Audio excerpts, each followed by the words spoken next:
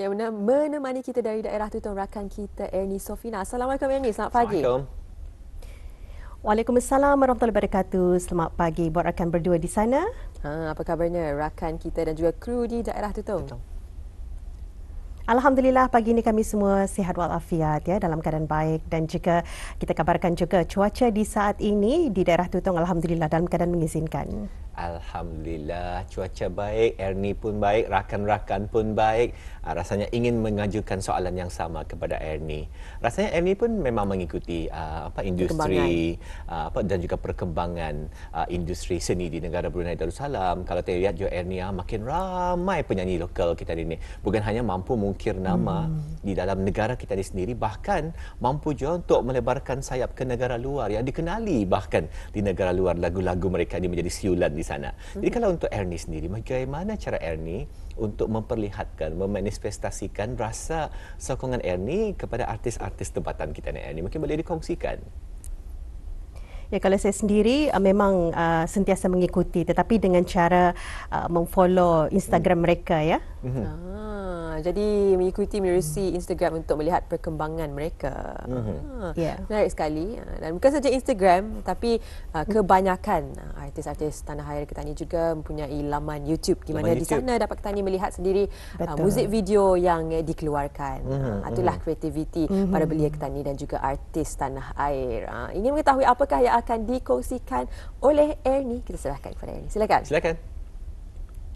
Baik, terima kasih Hani dan Dini. Bismillahirrahmanirrahim. Assalamualaikum warahmatullahi wabarakatuh. Selamat pagi dan salam sejahtera. Kita dapat bersua auda di hujung minggu ini seperti biasa, berkongsi info semasa dan juga pengisian bahan visual yang disediakan oleh rakan-rakan kita yang bertugas di RTB daerah Tutong ini ya. Dan pastinya kita akan maklumkan nanti beberapa kegiatan yang akan berlangsung di sekitar daerah Tutong ini. Tetapi sebelum itu kita saksikan dulu bahan visual untuk hari ini dari daerah Tutong. Kita saksikan bersama.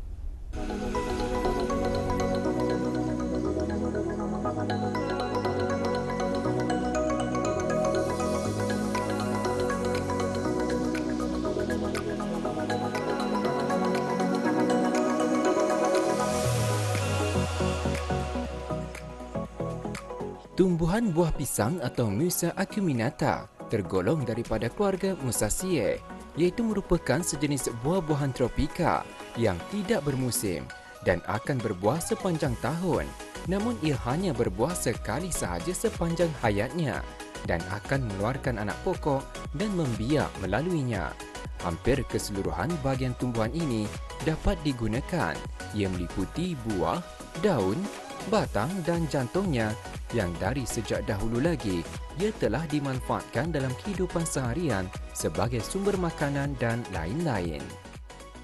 Baik, ada penonton dan Babuah, memang kita ni kalau kita ni melihat buah pisang ni semuanya dapat dimanfaatkan. Antaranya bukan sahaja jantung pisangnya, malahan juga ada di negara jiran memanfaatkan batang pisang itu dijadikannya sebagai dessert ataupun sebagai keropok. Dan ini kami akan cuba mengolahkan jantung pisang terlebih dahulu. Ini jantung pisang yang telah pun diambil. Jantung pisang ini memang secara karakteristiknya ia bergetah. Jadi kita ni perlu buang getahnya terlebih dahulu.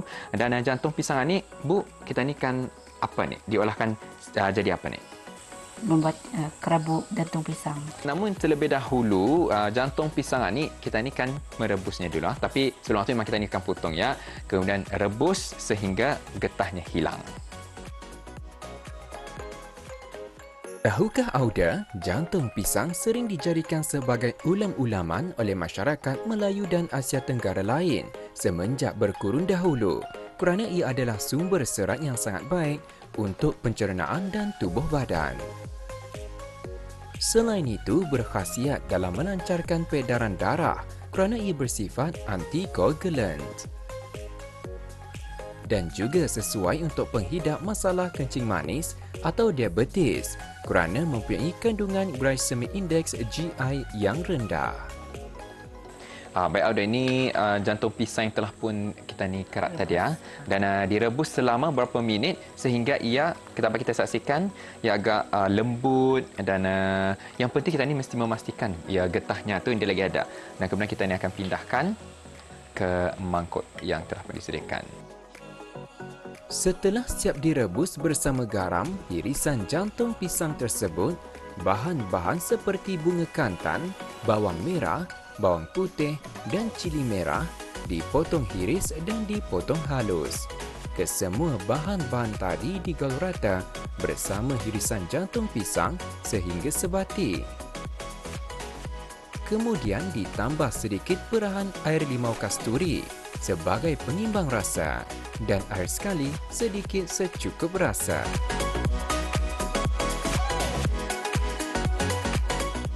Baik Bu, ini kita kan menunjukkan lagi resepi yang kedua menggunakan pisang pisang emas sebenarnya. Pisang emas. Jadi kan diolahkan jadi apa ni? Juga sayur. Sayur pisang emas muda. Okey. Jadi kenapa mesti menggunakan yang muda ni Bu? Kalau ia sudah tua, masak tu, ia lecak kan. Jadi nyaman di buat gulai. Jadi lebih sesuai menggunakan pisang emas yang muda kerana ia punya fizikal kalau kita ni sentuh yang masih keras. Jadi untuk mula-mulanya buang kulitnya dah dikupas. Sedikit info mengenai pisang yang belum matang sepenuhnya. Ia mempunyai sumber serat yang baik dan kaya dengan vitamin seperti vitamin C, B6, provitamin A, juga mineral seperti kalium, fosforus, magnesium dan zinc. Walau bagaimanapun, kelazimannya pisang yang belum matang tidak dimakan segar disebabkan oleh rasa yang kelat dan kekerasan tipikal selain kekentalannya yang tinggi yang disebabkan oleh kehadiran soluble phenolic compound sebagai tanin. Oleh kerana itu, ia lazimnya dimasak untuk melembutkannya. Pisang yang belum matang juga mempunyai kandungan antioksidan yang tinggi, kanji yang tinggi dan kandungan gula yang rendah. Ciri-ciri ini penting untuk menggalakkan manfaat kesihatan. Bagi sajian ini, minyak dipanaskan terlebih dahulu. Setelah itu, dimasukkan bawang merah yang telah dipotong dadu. Kemudian dimasukkan pula ikan bilis dan dimasak sehingga garing. Sesudah itu, masukkan pula lada kisar, dikacau seketika. Seterusnya, masukkan pisang emas muda yang telah dibersihkan dan dipotong iris dan dimasak sehingga naik bau. Bahan seterusnya dituangkan santan, dimasak sehingga pecah minyak. Kemudian serai dibelah dua dan dicampur bersama bahan-bahan yang tadi. Seterusnya, ditambah sedikit air. Air sekali ditambah sedikit secukup rasa. Dimasak sehingga pisang menjadi lembut. Baik, ini saya akan cuba merasa sayur pisang emas muda ni. Memang difahamkan ini memang kelazimannya orang kampung dahulu-dahulu memang biasa sudah masak macam mana. Tapi bagi saya jarang ni Bu tahu ada orang menggunakan pisang emas muda untuk disayur. Ini Bu, saya akan cuba merasa ni. Bismillahirrahmanirrahim.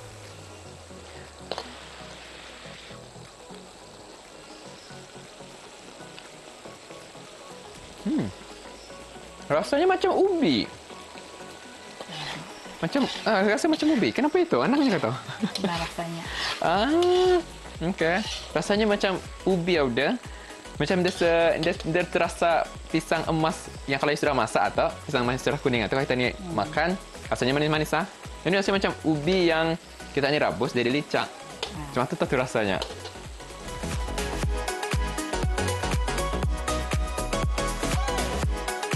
Baik ada penonton, kali ini kami akan menggunakan pisang kapasnya untuk membuat pencuci mulut. Iaitu pengat pisang menggunakan pisang kapas. Itulah antara kegunaan buah-buahan pisang ini. Memang ia banyak jenis pisang dan namun kami menggunakan pisang kapas. Bahagian startan dibuat. Berkata mengenai pisang kapas, ia turut dikenali sebagai pisang kepok, pisang Sabah dan pisang nipah yang dipercayai tumbuhan endemik berasal dari Filipina. Pisang tersebut sesuai juga dimasak secara goreng, seperti sajian cucur pisang, kerepek pisang dan sebagainya. Jenis pisang ini mempunyai kandungan serat yang tinggi dan baik untuk melancarkan pencernaan, selain untuk meningkatkan kekebalan imun sistem tubuh. Untuk membuat pencuci mulut ini, air dimasak terlebih dahulu sehingga mendidih. Dan kemudian dimasukkan 2 helai daun pandan yang disimpul dan dimasak bersama air bertujuan untuk mewangikan dan menambah perisa pandan pada juadah tersebut. Setelah itu dicampurkan sago dan seterusnya dimasukkan 1 batang kayu manis. Bahan seterusnya dimasukkan pula gula apung, dikacau seketika dan kemudian dimasukkan pisang kapas yang telah dihiris dan dimasak sehingga mendidih. Setelah mendidih, dituangkan santan dan digaul sebati sehingga masak.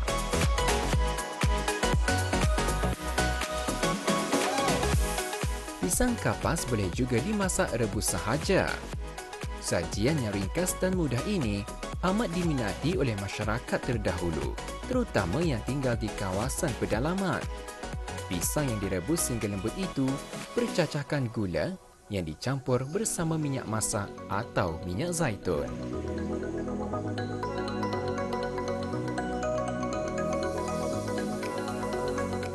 Tanaman buah pisang antara yang mudah untuk dibudidayakan, di samping mempunyai banyak khasiat.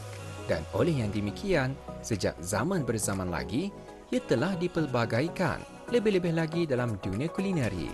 Demikian yang dapat dibawakan menerusi pertemuan kali ini beberapa sajian kampung dari buah pisang yang mungkin sahaja dapat menjadi pilihan juadah Auda untuk hari ini.